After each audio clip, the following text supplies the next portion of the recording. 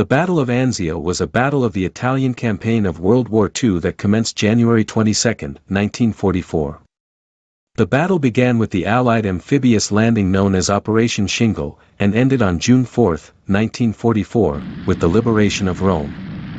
The operation was opposed by German and by Italian Repubblica Sociale Italiana forces in the area of Anzio and Nettuno.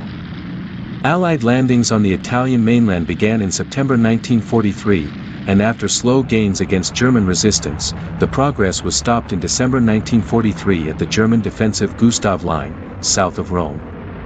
The operation was initially commanded by Major General John P. Lucas, of the U.S. Army, commanding U.S. 6th Corps with the intent to outflank German forces at the Winter Line and enable an attack on Rome. The success of an amphibious landing at that location, in a basin consisting substantially of reclaimed marshland and surrounded by mountains, depended on the element of surprise and the swiftness with which the invaders could build up strength and move inland relative to the reaction time and strength of the defenders.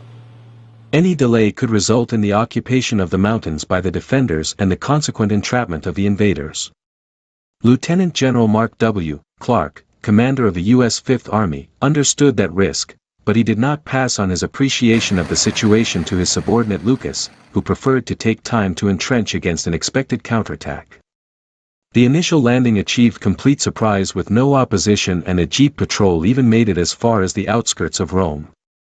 However, Lucas, who had little confidence in the operation as planned, failed to capitalize on the element of surprise and delayed his advance until he judged his position was sufficiently consolidated and he had sufficient strength. While Lucas consolidated, Field Marshal Albert Kesselring, the German commander in the Italian theater, moved every unit he could spare into a defensive ring around the beachhead. His artillery units had a clear view of every Allied position.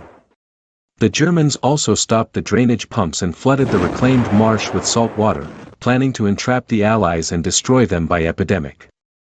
For weeks a rain of shells fell on the beach, the marsh, the harbor, and on anything else observable from the hills, with little distinction between forward and rear positions. After a month of heavy but inconclusive fighting, Lucas was relieved and sent home.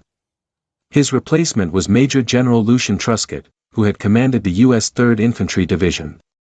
The Allies broke out in May. But, instead of striking inland to cut lines of communication of the German 10th Army's units fighting at Monte Cassino, Truscott, on Clark's orders, reluctantly turned his forces northwest towards Rome, which was captured on June 4, 1944.